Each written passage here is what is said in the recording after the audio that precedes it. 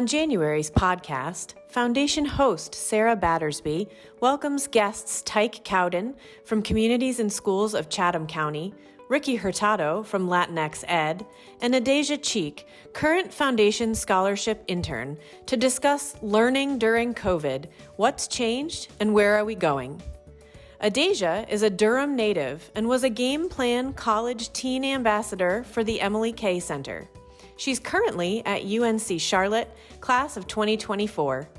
Ricky serves as co-executive director for LatinexEd, a community that amplifies the lived experiences of Latinx immigrant families to break down educational barriers in North Carolina. Through its programming, LatinexEd provides targeted, multi-year support to Latinx students and immigrant families striving for higher education and greater opportunity. Tych serves as Executive Director for Communities in Schools Chatham County, championing a mission to surround students with a network of support, empowering them to stay in school and achieve in life. This organization provides assistance in 5 critical areas: a one-on-one relationship with a caring adult, a safe place to learn and grow, a marketable skill to use upon graduation, a chance to give back, and a healthy start for a healthy future. On behalf of Triangle Community Foundation, we thank our guests for participating, and we hope you enjoy this month's What Matters podcast episode on education. Welcome, everyone. I'm Sarah Battersby with Triangle Community Foundation, and I'm joined by our guests today, Tych Cowdin, Adeja Cheek, and Ricky Hurtado. And we're here to discuss education during the COVID-19 pandemic for students K through college. So let's start by talking about how things have changed since the beginning of the pandemic and what you're seeing now. Tych, do we want to start with you? Sure, I'd love to start us off. First off, thank you for the opportunity to speak about this.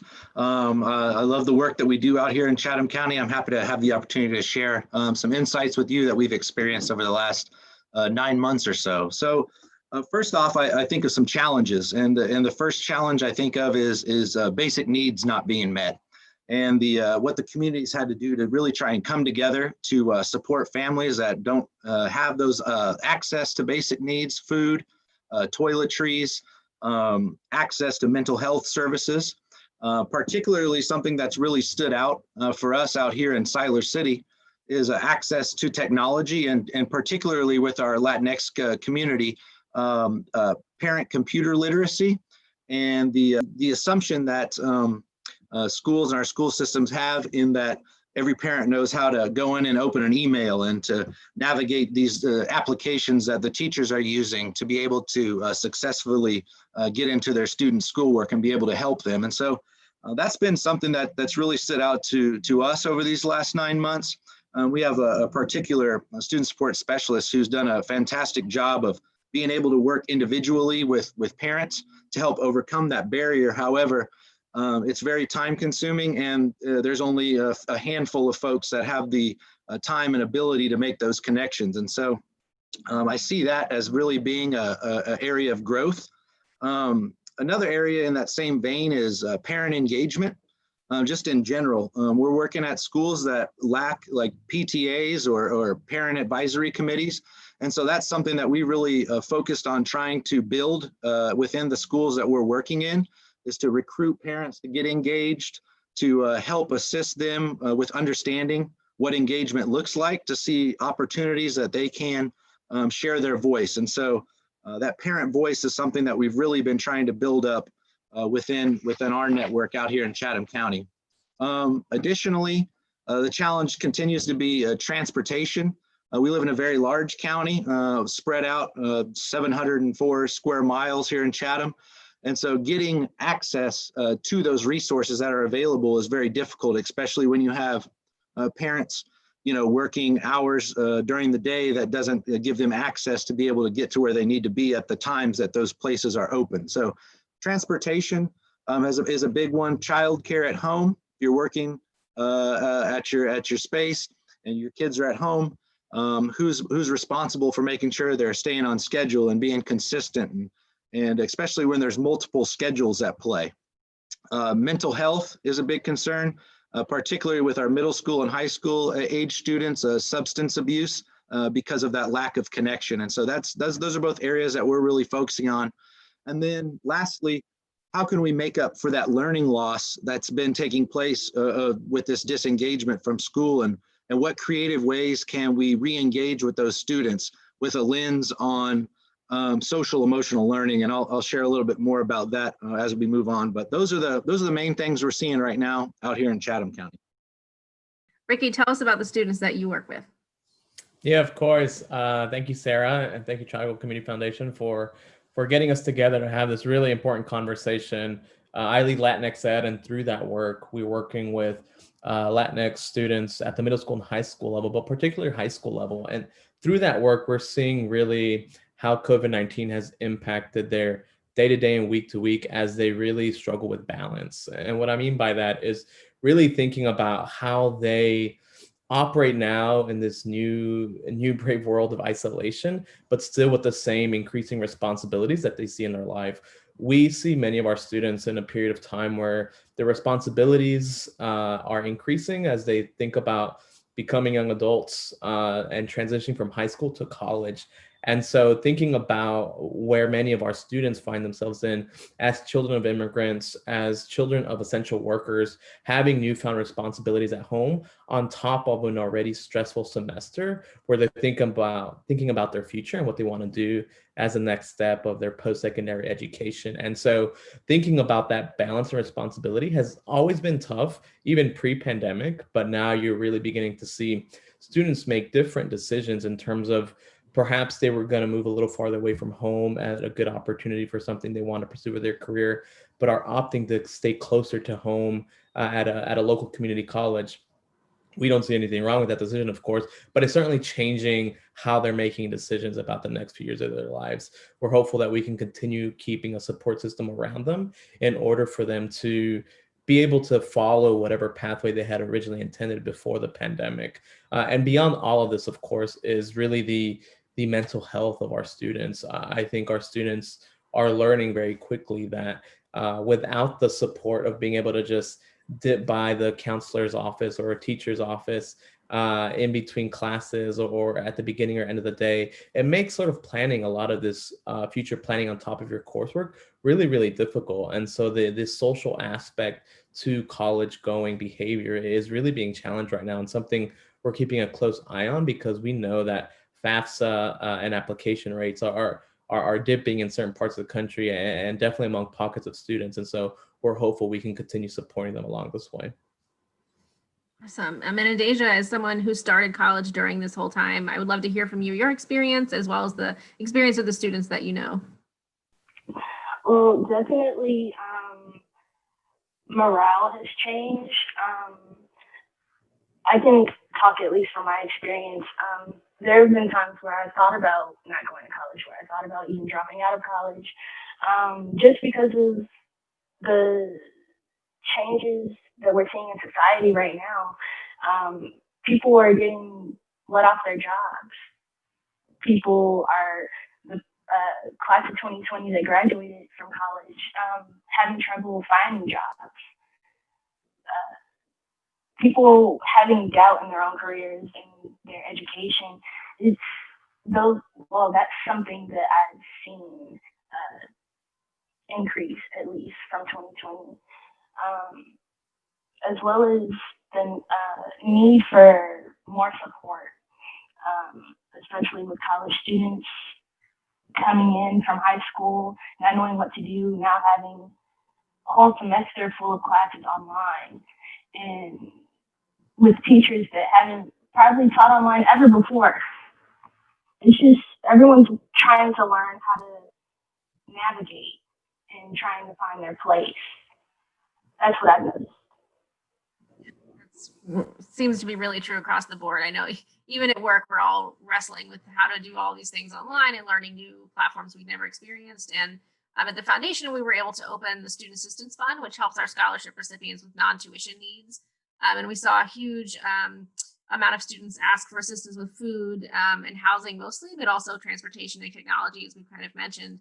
And we just got back some reports from students asking how it helps them, and hearing from from our students that it meant they got to keep their home, that otherwise they wouldn't have been able to stay in their home, that they were able to purchase a meal plan, whereas otherwise this particular student told us they had to sleep off the hunger.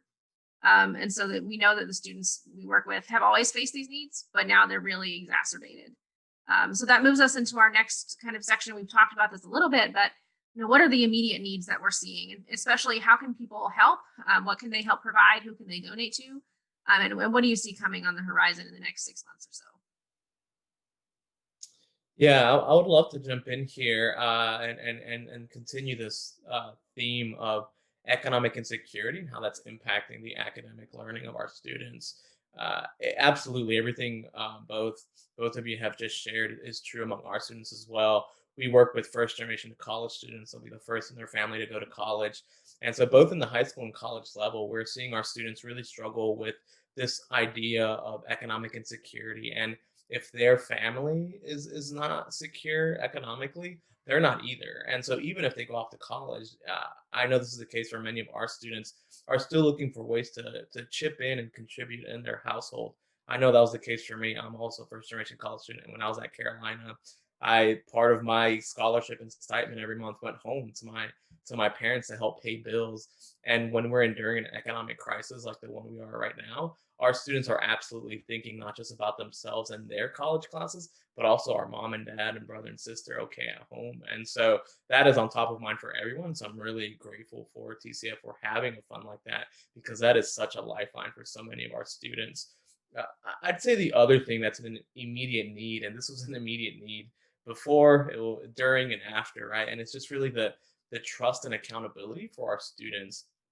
And what I mean by that is that we're seeing that in places where students and parents already had a good relationship with the school and their teachers and counselors, that Zoom and virtual learning has actually helped facilitate or lower barriers to participation, right? Because if the structural barriers don't exist, like access to technology and transportation, parents are very eager to help out, right? We're seeing that when those barriers don't exist, they want to be there to support their child succeed. But we also know that when those things don't exist, right, when that bicultural, bilingual support at the school doesn't already exist, or they have not formed that relationship with an administrator or staff or educator, that things have just gotten worse for them during the pandemic. And so thinking about how we build that capital, that trust among our student and parent community and our schools is critically important, because that is something that we're going to need as we transition back to in-person learning eventually, and as we think about what's the future of our schools in general. Who wants to jump in next? How about Adeja? Do you want to address this question? An immediate need would be financial assistance. Just from the societal impact of COVID-19, there's college students that have to work. There's college students that have to pay off all of these debts and bills later on, even now. Luckily, I don't have any loans or anything, but just knowing that other students do, and having, I'm sorry. No, it's so confusing. I know that even for myself with student loans, and I work in this field, and I used to work in financial aid, and trying to figure out, am I supposed to pay my student loans this month? And I honestly have no answer yet. I can't find it anywhere. And knowing what I know and what to look for, it's still confusing. And so figuring out how do you navigate all these things. And we're having a lot of students tell us that they got a lease on an apartment and then campus is closed, but they're still responsible for the lease.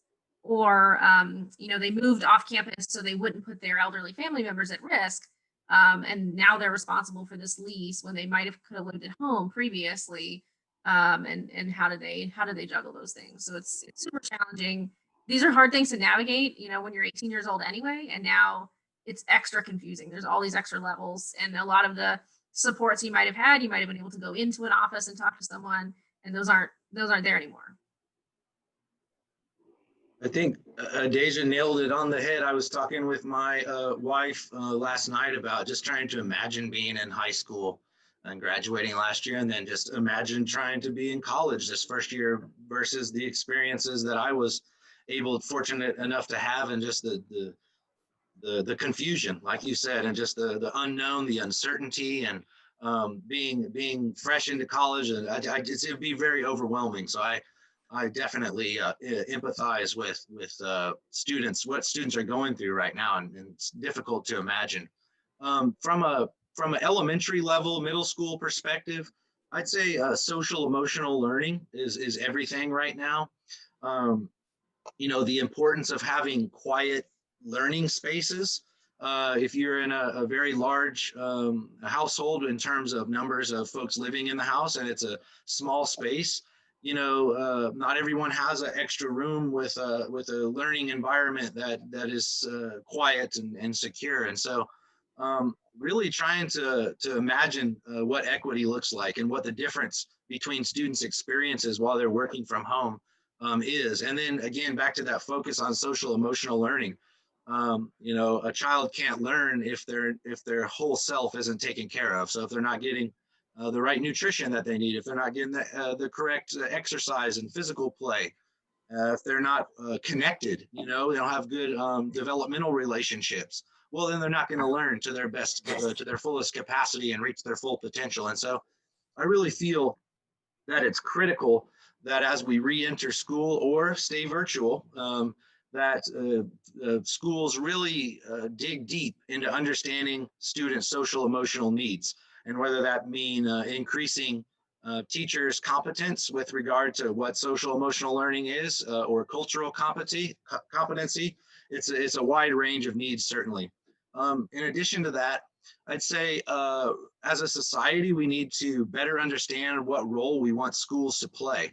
And then on the other side of that, what's the role of our community? What resources do we have available in our community that we can take the burden off of the schools from providing? At the schools we work at, we do a program called Backpack Buddies. We partner with the Interfaith Food Shuttle, and 100 kids a week are going home with a food bag. And so the school has become this hub of resources, and it's not just limited to food. It's in-school therapy, it's small groups working on social emotional learning, it's basic needs. So really wide ranging. And I think, where we're at now is a perfect time to see how we can make those connections with resources that are available in our community and the needs of the school and our parents particularly, and how can we leverage what we have available. And I feel like at CIS Chatham and Communities in Schools as a network across the state, we can really step into that gap, and we really see ourselves as connectors and bridge builders, and being able to connect those resources with the obvious needs that the school has. So I think really just reimagining what role the school and community plays in the well-being of not just our children, but the parents and our community at large. I think that's a great lead into our next and final question, which is thinking about, even prior to COVID, we knew that many of our students were struggling. They didn't have access to the resources they needed to succeed. And during COVID, that's just exacerbated things. So as we've mentioned, many students kind of had school as a safe place, as a place where they could receive resources. And during COVID, they haven't been receiving those. And minimally, it means that they may not have had access to basic services. They may have faced, abuse at home, and looking forward to re-engaging in community and what that looks like. How do we move forward from here? How do we come back from this, but also how do we improve on where we were to start with? Yeah, I'd be happy to jump in here and continue the train of thought Tyke was on in terms of serving the whole child and family, quite frankly. I think to begin, I think we, in this conversation and in our communities and across the state, where if you didn't realize it before, you're certainly realizing now just exactly what you said, Sarah, in terms of the services and environment that a school provides that goes beyond just the academic learning. And so making sure that we are not taking that for granted, and understanding the services that are provided for our children there. At the same time, by no means thinking about prematurely re-entering that space, right? I think that we're very much still in the worst part of COVID-19, and I think it's important to acknowledge that with many of the students and families we work with that are from immigrant families are some of the ones that are most disproportionately impacted, along with Black students and families with their physical health and COVID-19 in terms of access to care, access to insurance. Many of our families are uninsured, and so this is a real balancing act that we have to play in terms of balancing the physical health with the social emotional health of our children.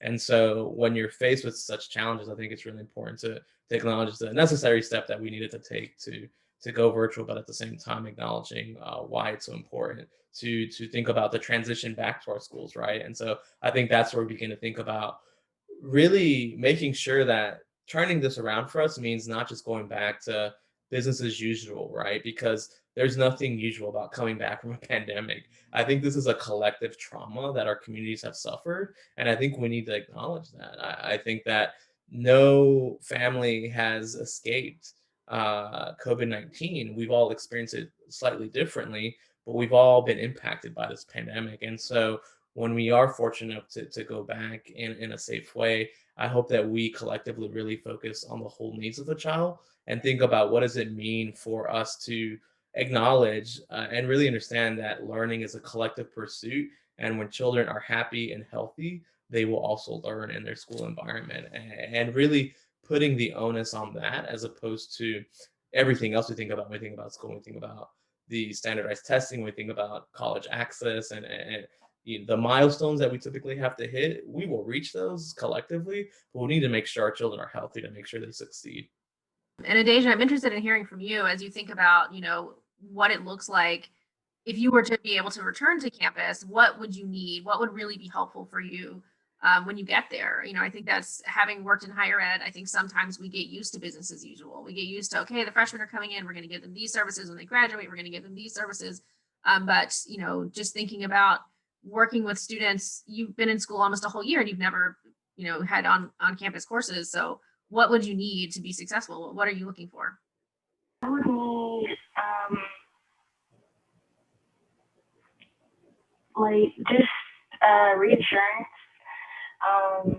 knowing that my decision to be in college, as well as other decisions that come with that. I moved to Charlotte. I have an apartment. I'm in an apartment, paying bills. All this is for something. All of this is going towards something. And building on to what Ricky and Tych said about taking this holistic approach with students and families, I feel like that's something that should be a necessary thing, especially when trying to engage students during this time where there's just a bunch of confusion. Because the pandemic didn't just affect education, it affected students' lives, it affected work lives, it affected peace and family dynamics. And just officials in education system in general, things, a part of that include what's a part of family and what's a part of life.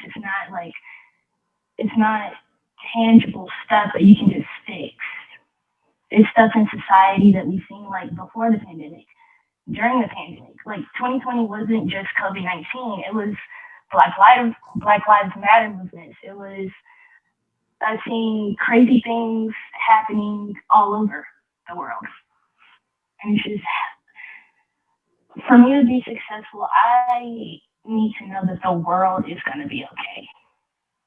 Not me trying to figure out how to operate in chaos for however long that would be. I really value what Adeja's saying, and I think it's really critical that we focus on giving students a voice, and it's not a fix that's coming from the top down, and that we allow students to be empowered, or we provide the opportunities for students to be empowered to share what they really need, because we've done it the other way for so long. So thank you for sharing that. And I do agree, it's not just COVID, it's many other things as well. And as you mentioned, Black Lives Matter and just the ongoing racial injustice in our world today. So I'm grateful that you named that.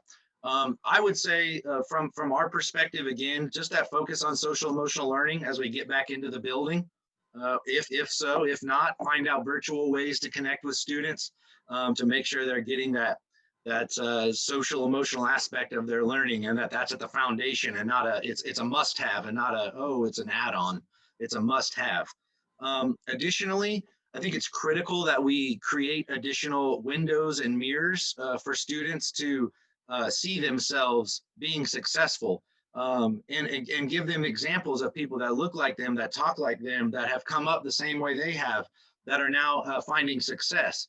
And I don't think that is always happening. And so I really would emphasize educators and people that have the opportunity to influence young people to really try and find windows and mirrors of those youth's experiences, and the success that becomes of that. I think of our neighbors here in Siler City, El Vínculo Hispano.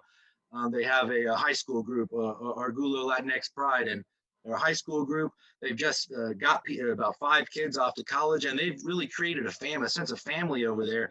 And it's through this civic engagement. It's by engaging with other civic groups that represent their same interests. They see themselves in these people that have been successful. And so I just really think that's really critical moving forward.